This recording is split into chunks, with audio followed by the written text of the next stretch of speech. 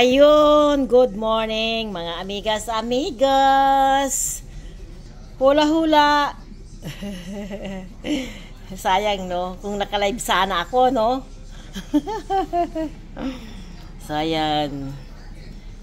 Siguro luto na itong ating mais, mga amigos, amigas. Okay na yan. Ayan o. Ako dalawa.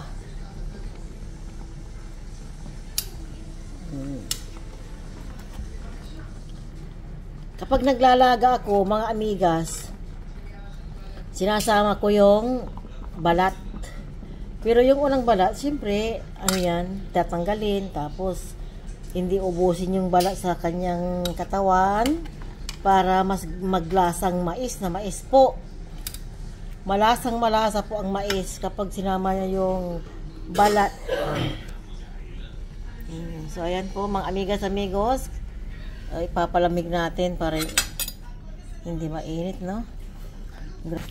So ayan po mga amigas amigos, meron na tayong mais.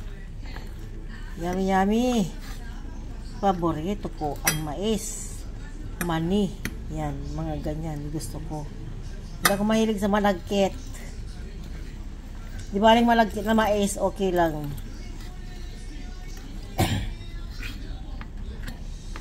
So, ayan po.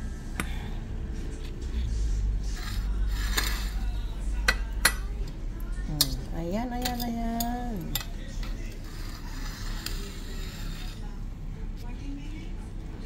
Masarap, masarap, masarap.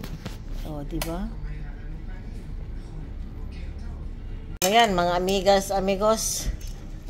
Ito para mamaya ko ulit. So, takpan natin. Bye! Thank you for watching mga amigas, amigos.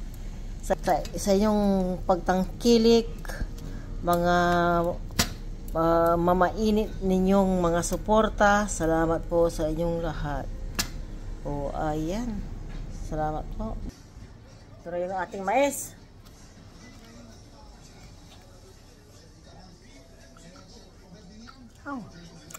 Init. O ayan po, nakangisi si amiga dahil sa sobrang init, pero nakasarapan siyang kumain o diba mga amigas amigos, ang sarap ng kanyang kain. Tapos pag kumain yan si amigas, ang sarap ng mais, ang tagal-tagal manguya. O diba, parang kumakagat lang ng ilang botil ng mais.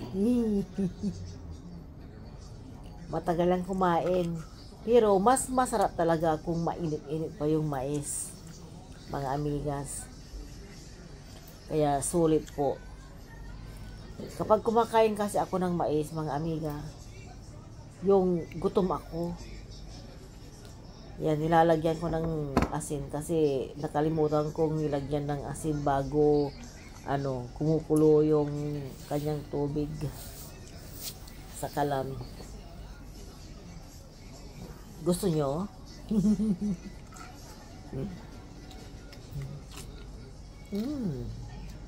Yummy.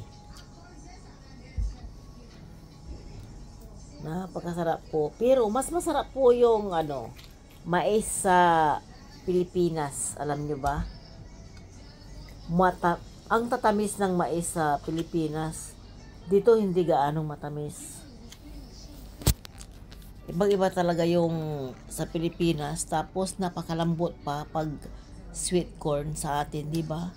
Parang pumuputok-putok pag kinakagat-kagat yung mais. Ayan po. Yummy. Yummy, yummy. Tapos sa atin, di ba, pag inihaw, talagang masarap siya. Tsaka po, yung mais sa Pilipinas, iba-ibang kulay. Ang dami ng kulay yung mais sa Pilipinas. Merong violet, makapuno, may puti na nga pero mas meron ding makapuno, 'di ba? Tapos ano ba yung orange? Dilaw. Ayun. Ito sweet corn. Masarap talaga yung makapuno sa Pinas. Kaya pag sa tuwing umuwi ako, alam nyo ba ang aking inaariyahang kinakain? Mani. Yung mga maliliit na mani ha, hindi yung malalaki. Mas magata yung maliliit kasi yung bunga ng mani. Yun po, halos ilang limon ang aking binibili pag meron. 'Di ba sa tuwing December 'yon ang mani? Marami. Pero ang mangga, okay lang. Masarap din yung mangga.